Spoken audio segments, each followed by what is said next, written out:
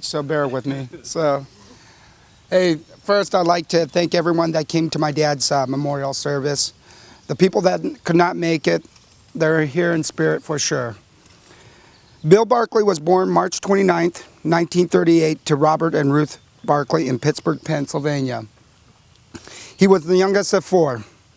His dad was an accomplished musician and choir teacher. His mom was the caring mother that made sure he did not try to burn the sun porch down. It was quite the pyro.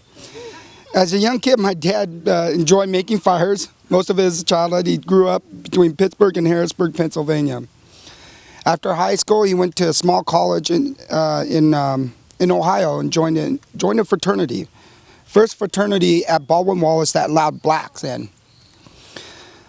On the 5-year plan of college, that's what he told me, he got a degree in history and minor in German. Yearning for more adventure, he decided to join the Peace Corps. Bill's first year was in Uganda because of Idi Amin and the Civil War. They were quickly moved to Kenya, where he finished the rest of his time teaching. After his stint in Africa, he came back to the States, lived with the oldest brother, Bob, for a little bit. That time helped him bond with his nieces and nephews. The rumor is that my Uncle Bill was the fun uncle. I think because he was still a kid at heart, and he could relate to them. So, itching for another adventure, he decided to move out to the West Coast.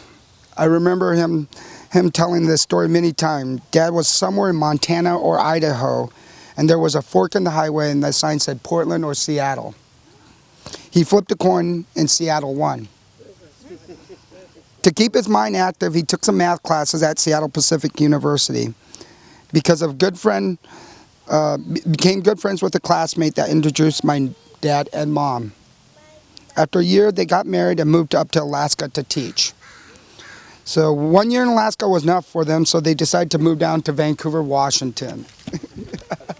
Sure, too cold and everything. You said, Mom, it was pretty desolate, wasn't it? And muggy. And where my mom's family lived. Living there for a couple of years, they adopted me. We lived in Vancouver till 1983. My dad always had a dream to build his own house his way.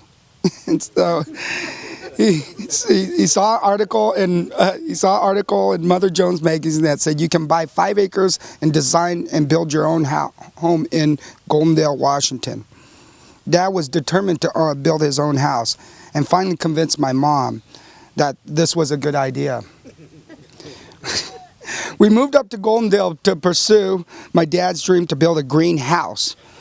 Like some dreams, they are crushed by budget and timeline. So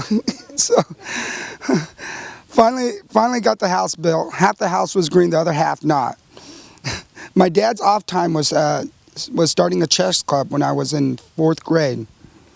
To go back a little bit of this timeline in my dad's relationship, when I came to this country, I had a hard time connecting with my dad. So my mom suggested that he teach me some kind of game. So he decided to teach me chess. He taught me many things about chess except for losing gracefully. One time I beat him 3 times in a row, and he was not happy about that, so he started throwing chess pieces at me. This is between all the trash talking that we always had during those 3 games. My mom was not impressed with that. She tried to teach us both a lesson about being graceful, about losing, and throwing chess pieces at each other is not graceful. Fast forward back to 4th grade, teaching was always in the Barkley blood, and one thing he really loved was teaching kids chess. There are a couple of people here at my dad's memorial. That started from the beginning of my dad's chess club. Thank you, Daniel and Doug Brutton, for coming up. And from California, let me see. Just sad, guys. I was doing so good. A lot like your father. Yeah. No, that's what some people say. I told them no, but some people said DNA does rub off. So, Osmosis for sure. Let me see. Chest piece. I was- oh man, that is. Pick up anywhere you'll be fine. Yeah, at this point. Oh, coming up from California for my dad's service. He would be very happy knowing that you guys are here for sure, Doug and Daniel. Really appreciate it.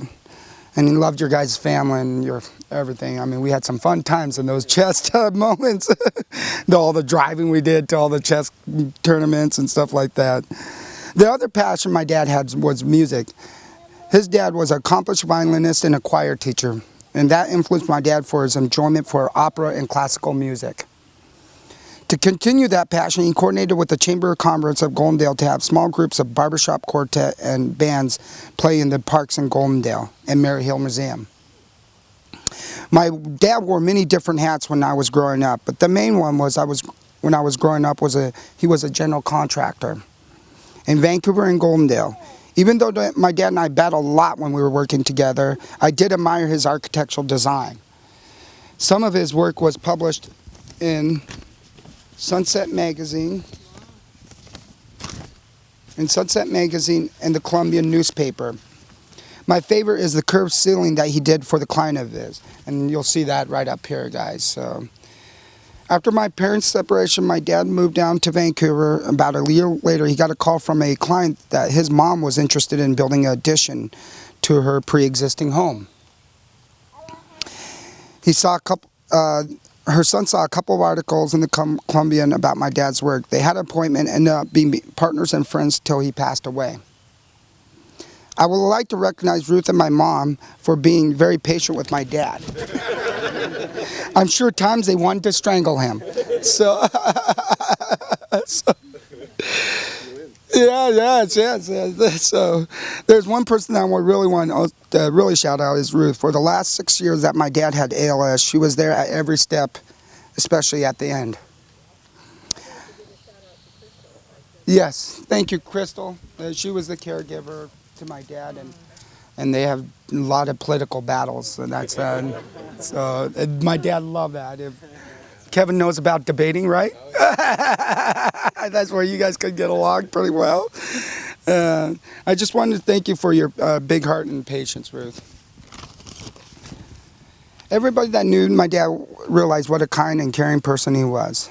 And so I just want to let you guys know, thank you again for coming out. And if you guys have anything to say, you can come up and say something. But if you don't, enjoy the meal, and let's try to get to an air-conditioned room, okay? And have some cold beers. Sounds good? Thank you again, guys. Oh. Beware of Greeks bearing gifts. What? He used to say that. Oh, well, oh yeah, the Billisms. So one of the other, my favorite one was, it's time to give a good Christian burial. Yeah. That was one of my dad's favorite. So, right after you get Daniel, what was the other ones that he used to? Fighting for deck chairs on the Titanic. Yeah, that's the one. Tadoya, Tadoya, Tadoya. Tadoya. Yeah, my that's. favorite was, and I was telling this earlier on he's now at my law office with my supervisor, and I'm working on an appellate brief that, well, there's never enough time to do it right. There's always plenty of time to do it over. Yeah, that's. And there was moments that was that, and frustration too with that. So, but again. Right when you get work. Yep, that's another one. Right to get. Yeah, that was another one. So. Yeah, and I know, Ron, that he used to love debating with your dad too. They worked on the house together, and I remember one time he's like, his voice was hoarse from debating with your dad about which way to put the walls or the right way. And then he told Ron, you gotta leave, you know. But two strong personalities. But they loved each other. They loved debating, and that was one of the key things that they enjoyed together. So, but yeah, and also his dad recently passed away too. So, Ron, definitely condolences to you. So, Miss Man. So, well, definitely, guys, drink up and eat up, and you know, go ahead. If you don't mind. Nope. Go ahead. Is this the time? Nope. And this is the time. Hi, I'm Tom Ruth's son, and I got to know Bill when I was about 17, I think, about 23, 24 years ago.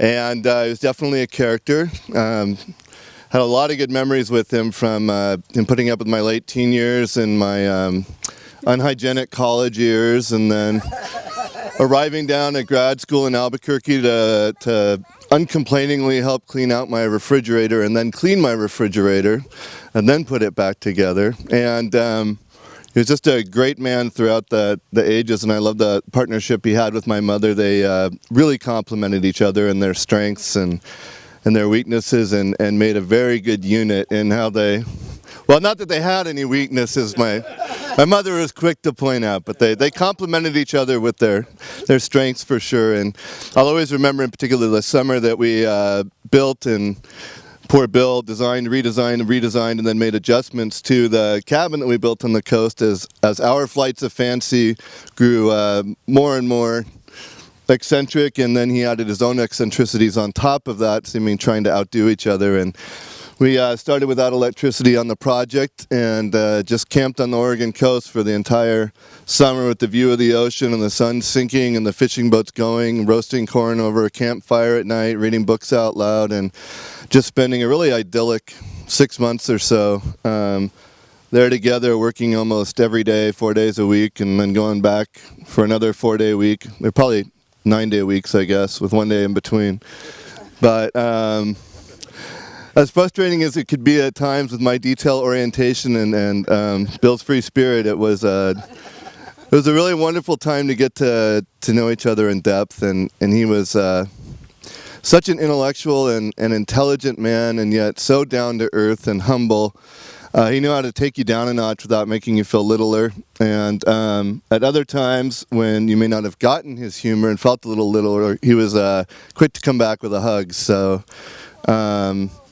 Bill taught me a lot in my life as an adult in how to be forgiving in myself, how to constantly keep trying and coming back to know when a job should be finished and when it was really done, and to not give up on my vision of things. And among a host of other great things about Bill, I just will always remember and appreciate that he came into my mom's life for so long and was such a good companion to her, and I got to learn so much vicariously. He was really a wonderful person.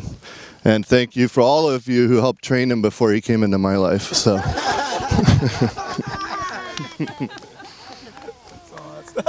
That's awesome.